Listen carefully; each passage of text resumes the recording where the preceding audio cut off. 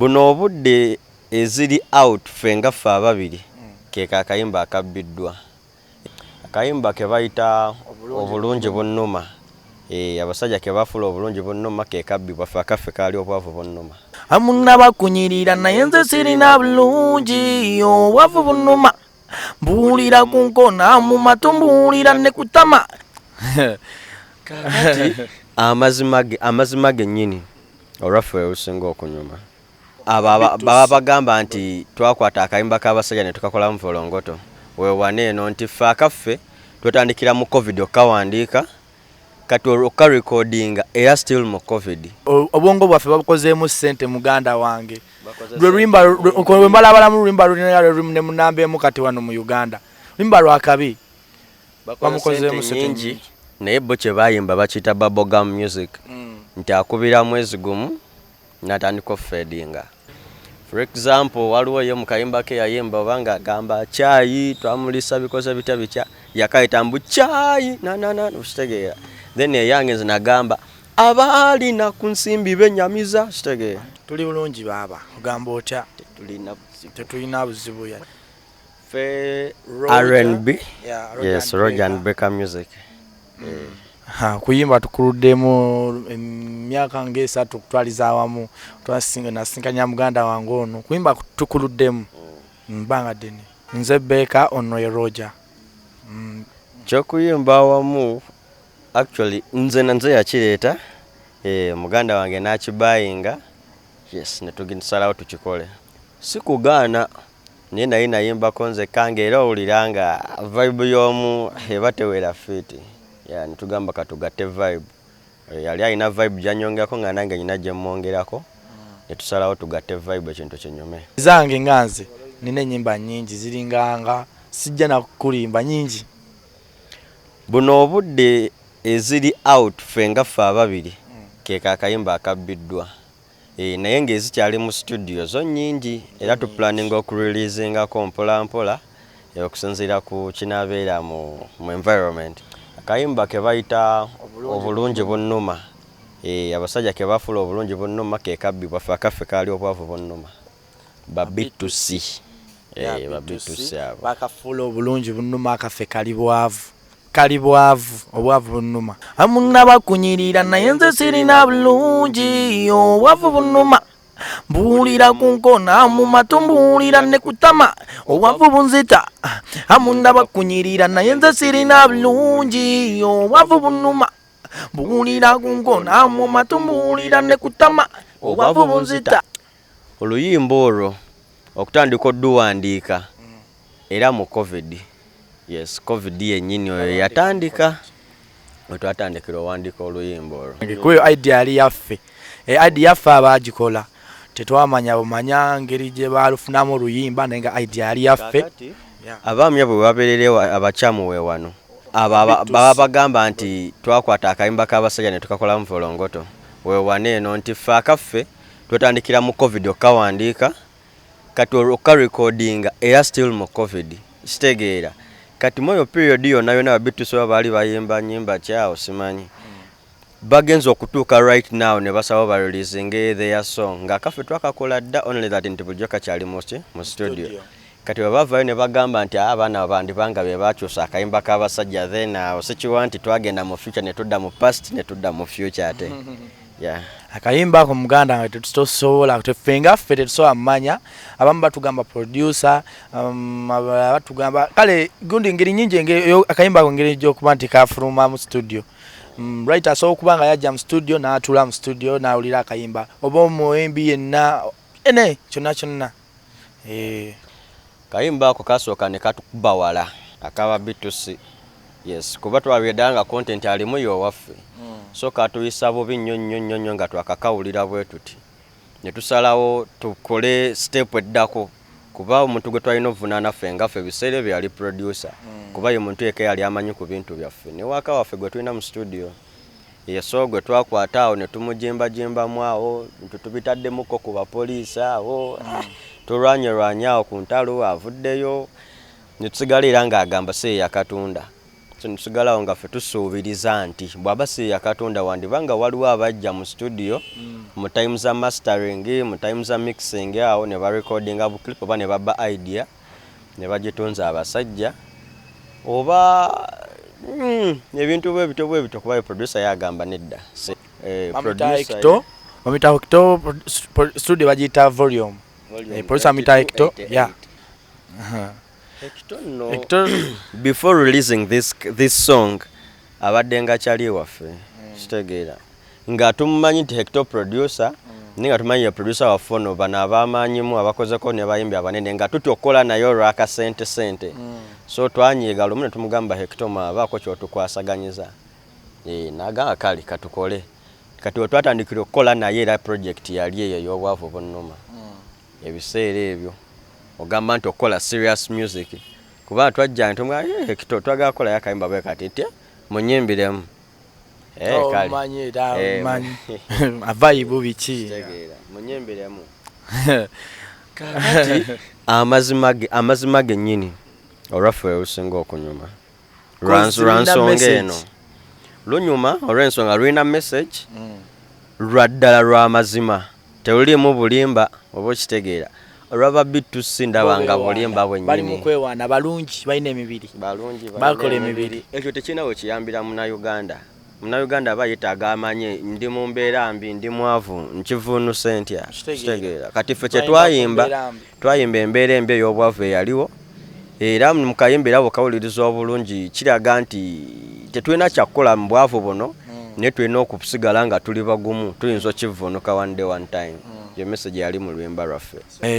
tukifula B2C olutanyuma ko oluyimba lwaffe lulina message twayimba ku mbeera eyaliwo abantu mbeera mbi ffenna mbeera sinungi kitegeera abamukyama olw'ensonga okugamba nti tunoonya linnya tulipira ba B2C tunoonya linnya abamukyama olw'ensonga abayimbi bangi ba celebrities oba bwe tuba nga twagadde kulippira bye twandibadde tulippira bangi nga serebu ninga ali silent ne mu showbiz tabaayo ninga tusobola omulippira ne muyitawo naye ba B2C twaba sportinze out olw'ensonga be bantu ababbi akayimba kaffe singa bali tebabba kayimba kaffe singa naffe tukyayiriba n'ebintu byaffe kuba ffe bapuka tuli ba rise actually tetuli bapukami tuli ba rising stars abatazikiza tusigala tupushinga mpaka bwe tutuuka we twagala so kati era twandibadde tukyapushinga music waffe era akayimba kaffe ak'Obwavu Bunuma kandibadde kafunako ka audience yes opushinga oluyimba olwokuba naffe twalukola natulubalidde nga tubaze kye tusobola okitegeera nga tuli ero tuyiyasere tulutuusizaayo tutya tukoze tutya okukola nga kyenga wemanyi naye byabapukaminga era abo baserebu ba B2C bonga bo okyokuba nti bayimbi babaluddewo ekyo ebyala advantage y'amaanyi nti ne bwakira n'ayimba akayimba nga tekayina nnyo mulamwa naye nga kayina vibe kasobola okuhiitinga olw'ensonga baserebu oba okitegeera kyonna kye bayimba kikwatawo naye kati ffe bapukaming muganda wange oba olina okufuba okulaba nti koofulumizza kalimu content azimba nga tesiba bogam music kati ngaffe kuba tusimba musingi kati era bo akaffe kandigezezzaako naye tekandituuse kaba B2C olw'ensonga olwedde bo baaliwo system ebamanyi ekintu ekyo kye twali twagala mu kusooka ekyokubasisinkana twogeremukko naye waliwo ebyatuukatuukangawo ebyo nga ntulaba nga okuba mitinga kyandika lubamu yes kuba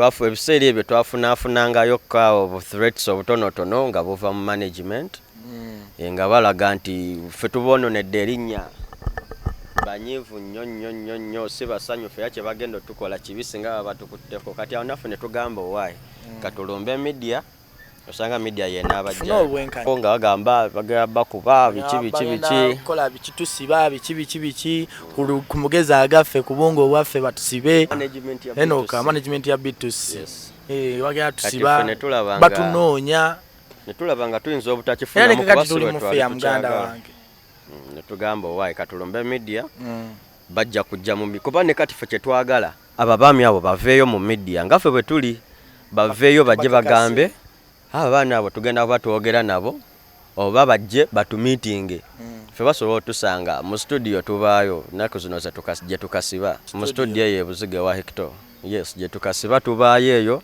nga tukuba emiziki gyaffe so basobola okujja ne batusalako yes ne tubaako kye tuteesa kuba naffe tutukoyo okubeera nga tuli mu kayimba kamu tulinawo akamungi obw'okukolako bannaye kasente kati right now tetwagala kayimba ffe twagala just kutula nabo ku mmeeza batuliyirire oluyimba lwaffe kuba kati oluyimba lugenda luggwako oluyimba lwabwe tetwagala luyimba just ffe twagala kutuliyirira kyekyoka obwongo bwaffe babukozeemu ssente muganda wange lwe luyimba lwe mbalabalamu luyimba ne munambeemu kati wano mu Uganda luyimba lwakabi bamukozeemu ssente nyingi naye bo kye bayimba bakiyita bubblegum music nti akubira mwezi gumu natandika offedinga ffe twayimba obwavu Bunuma kintu kibaddewo ko kumala emyaka mingi actually mingi just nti kize kikawa bukayi so kati ffe twakuba nti Obwavu Bunuma kyo kituufu it's a living example buli omu asooka okuvaayo na testifying nti yes indeed poverty mungi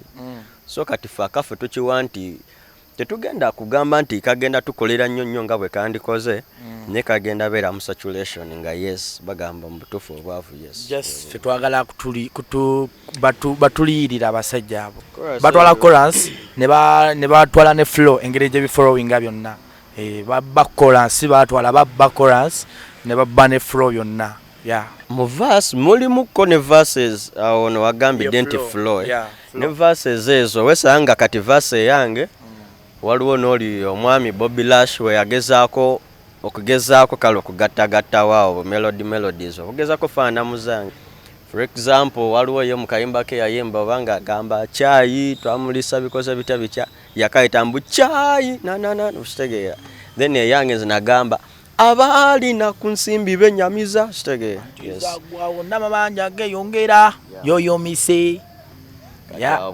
bwebujja bwefaanana muko mu luyimba nenga fuje twagala just baveyo kintu kiggwe tuve ku ekyo tuta oluyimba olupya tulina ennyimba bannaye Uganda tulina ennyimba tulina omuziki ogwakabi zonna message muganda wange just baveyo tukikole kiveyo tulina bingi era kyenyinza obagamba nti R&B music is bringing more fire man tulina waka mungi zonna message Bechibanga raga, we've got a lot of raga. Mukwano, men tuguwomesa tulinga fava gukola so.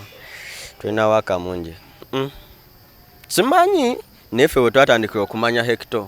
Fe tuli ako project nga bagikolera Hector. Yes, so uli ako project ya Hector nga yaba B2Cs anyway. Yes.